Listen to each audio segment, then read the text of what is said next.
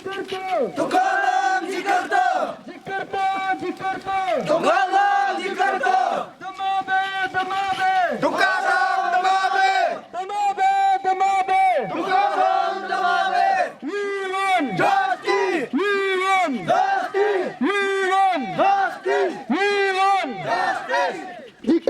जी करतो तुकाराम जमावे तुकाराम जमावे तुकाराम जी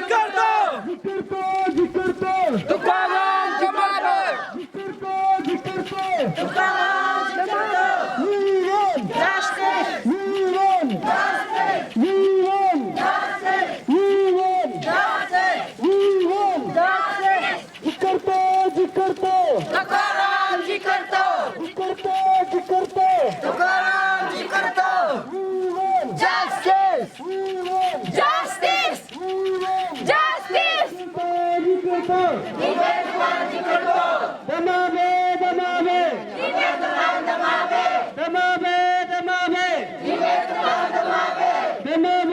दमावे निवेदन दमावे we want justice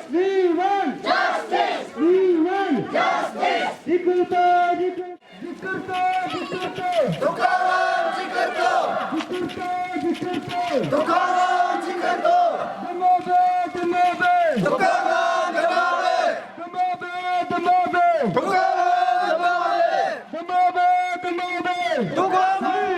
justice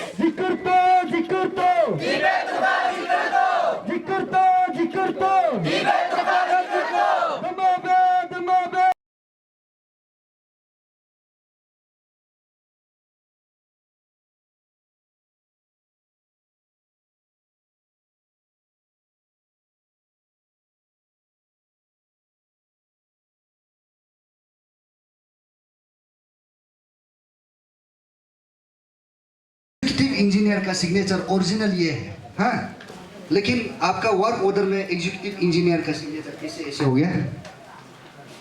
sir आप देखिए, हम नहीं बोल रहे हैं, आपका डॉक्यूमेंट्स बात कराए है हमारे आए, हम बात नहीं कर रहे सर, ये डॉक्यूमेंट्स बात कराए और आरटीआई के मुताबिक ये this is totally fraudery. Executive engineer को बुडू बनाया गया, डिपार्टमेंट को बुडू बनाया गया। दिस ऑफिशियल और officially involve should be suspended. आप देखिए जेई का सिग्नेचर भी मिसमैच है, वर्क ऑर्डर में सिर्फ नहीं है, टेक्निकल सेंक्शन ऑर्डर में भी सर।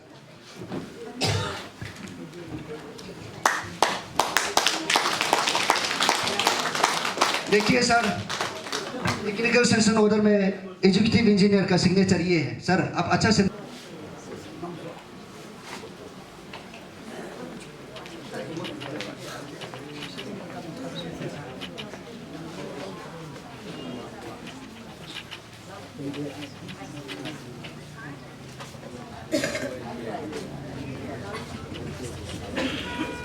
एक्शन साहब का साइन नहीं बोला होना चाहिए, केस तो एक्शन साहब का साइन नहीं होके तो शायद वो टेक्निकल सेंक्शन नहीं होता है, वो तो होना चाहिए। आपका कॉपी में अगर नहीं हो तो हो सकता है वो ये बोला आपका बीच में से बोल रहे हैं क्या ना नहीं है बोल रहा है, तो वो तो होना चाहिए, उसका तो होना चाहिए। क्योंकि साइन हम लोग का ऐसा होता है, कभी कभी अकाउंट वाला अलग साइन करता है और स्कीम वाला अलग साइन करता है, तो हो सकता है ऐसे भी हो, ये एक बात है। और दूसरा बात, वर्क ऑर्डर में नहीं है बोला है, ये भी हो सकता है आपको जो कागज दिया है उसमें साइन जो मिसमैच है, साइन नहीं है ऐसे हम अच्छा, तो ये साइन भी हमारा ख्याल में वर्क ऑर्डर में भी एक्शन साहब का नहीं होके शायद हो ही नहीं सकता हमारा ख्याल में। वो हम अगर जाके भी अगर कोई कागज आपका होगा तो मैं फिर देख लूँगा। ये वर्क ऑर्डर में बहुत जरूरी है एक्शन का बिना तो पास होगा भी नहीं है।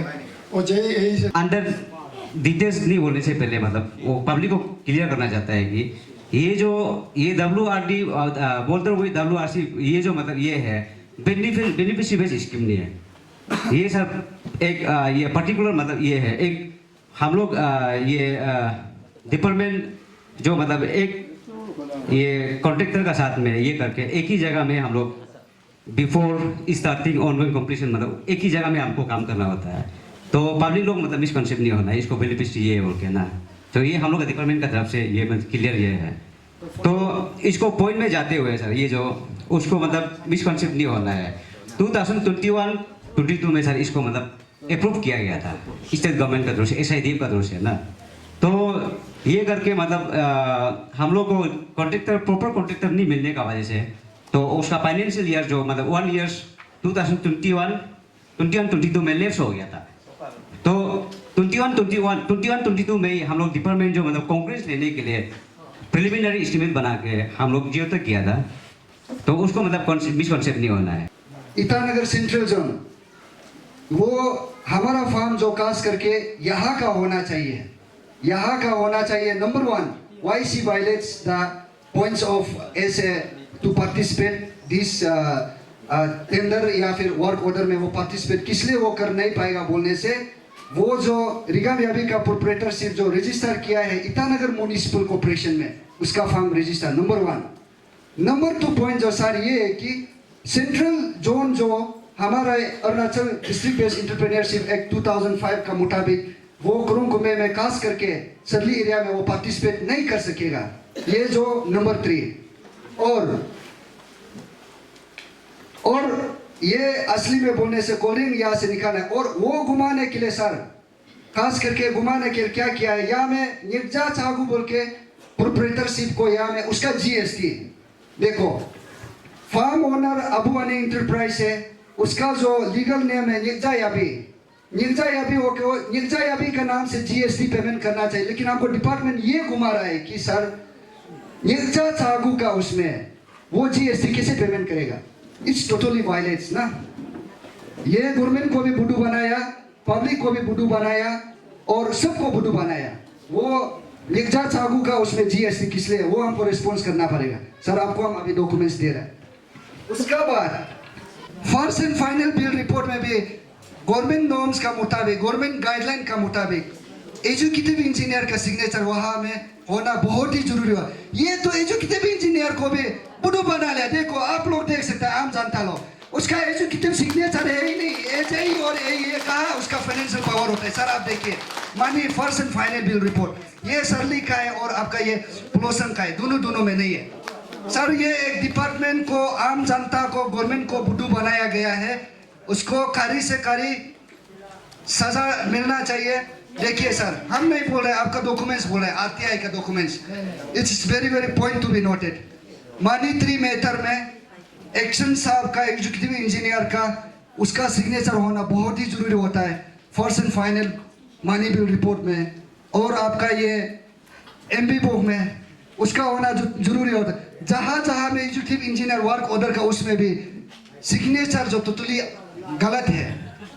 ये क्या फुलिंग नहीं हो, चोरी नहीं हुआ तो ये क्या हुआ है आप बताइए।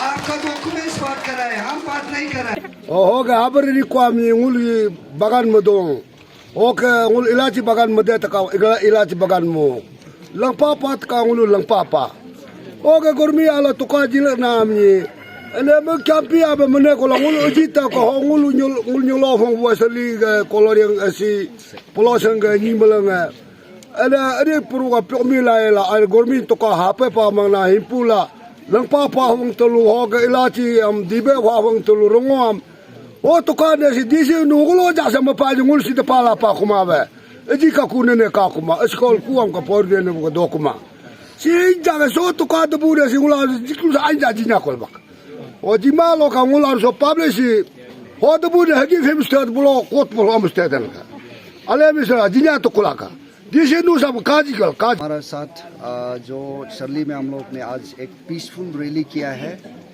खास करके सब्जेक्ट तौर पे कहने से ये एक खेती बाड़ी को लेकर है, boulder wall fencing irrigational channel को लेकर हम लोग ने यूनानिमसली 95% ऑफ सरली प्लोसन का पब्लिक जो आज यूनानिमसली फिजिकली मोरल और मेंटली हमको सपोर्ट दिया है।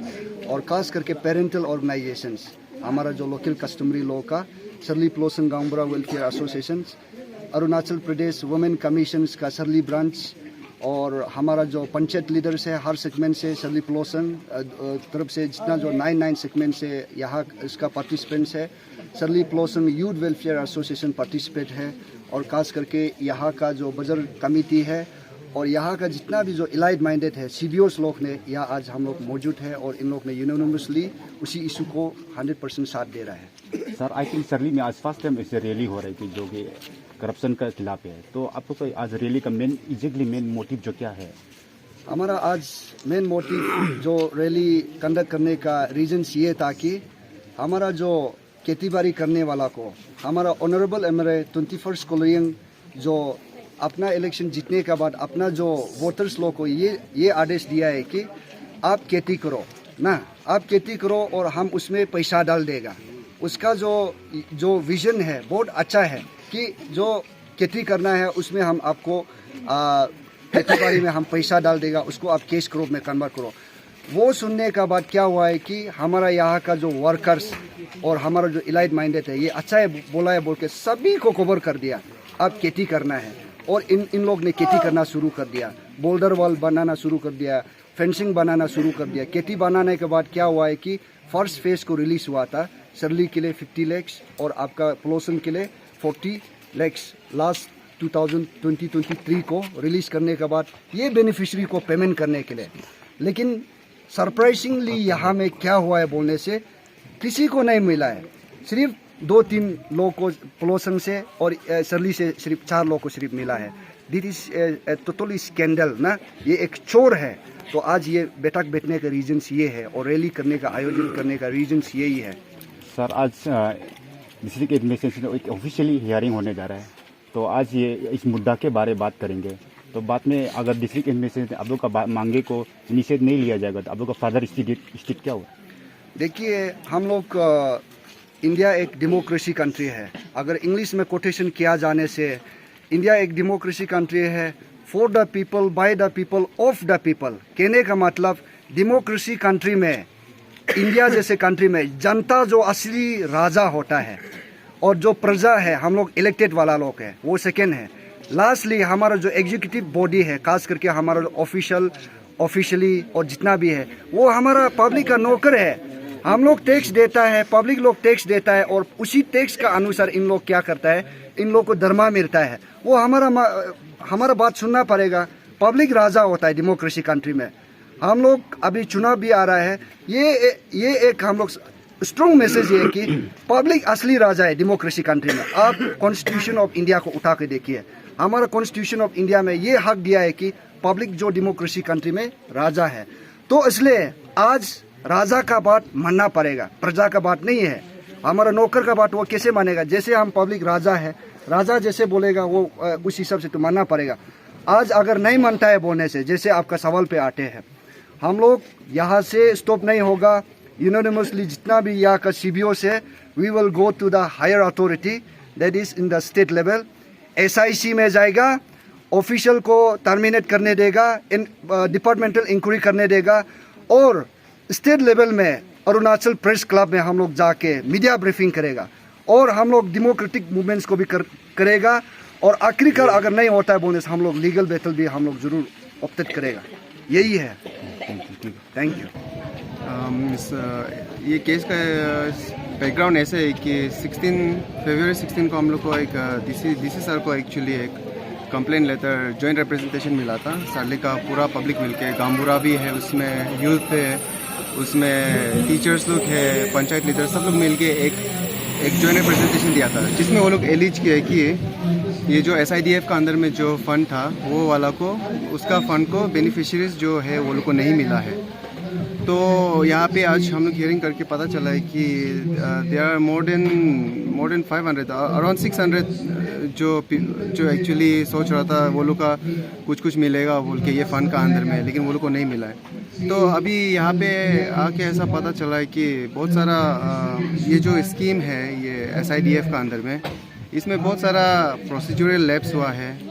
यहाँ पे आज यहाँ पे एक्चुअली फर्म्स जो ये अबू आने जो फर्म है और यंगदा एंटरप्राइज जो फर्म है वो दोनों का प्रोप्राइटर्स भी नहीं आया यहाँ पे। तो वो लोग आके एक्चुअली एग्जैक्ट हम लोग को क्लियरेंस देना था कि यहाँ पे कितना फ़ंड रिलीज़ हो गया, कितना बेनिफिशरीज लोग को ये बेनिफिट्स मिला है और ये फ़ंड को जो अभी बैलेंस कितना है, तो उसका रिपोर्ट हमको नहीं मिल पाया है। जो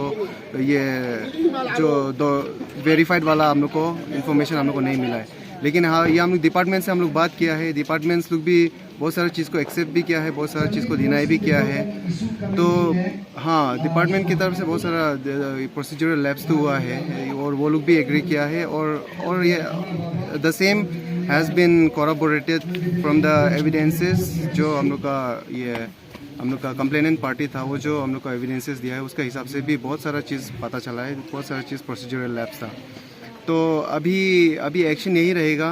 हमको डीसी सर जो हमको मार्क किया था कि इसका ये नेसेसरी एक्शन लेना है, तो इसीलिए अभी हम अप्रोप्रिएट एक्शन लेने के लिए यहाँ पे हियरिंग कराए। तो अभी मेरा एक्शन यही रहेगा कि I'll make a comprehensive report। आज का हियरिंग का जितना भी डिटेल्स था, जितना भी आज का दिन का जो भी ये एविडेंसेस को लेके और उसके डॉक्यूमेंट्स को लेके जो भी एक रिपोर्ट बनेगा, एक कम्प्रीहेंसिव रिपोर्ट बनेगा, and it will be the same will be submitted to DC Kurung Kumey for further necessary action. तो आज के लिए तो आज का हियरिंग का ये आउटकम यही है। सर, ये कंप्लेनर जो 1 वीक का टाइम दिया है आप लोग डिस्ट्रिक्ट के मजिस्ट्रेट को, तो ये फार्म होल्डर लोग को आज जो नहीं आया बोल के इसको अब क्या इमीडिएटली क्या एक्शन लिया जाएगा? आपका एक सीओ होने के नाते आपका मेन पावर आप कैसे एक्शन लेंगे? अभी ये क्योंकि it is a quasi judicial process, तो इसीलिए अभी क्योंकि ये फर्म प्रोप्राइटर्स नहीं आए, तो अकॉर्डिंगली एग्जीक्यूटिव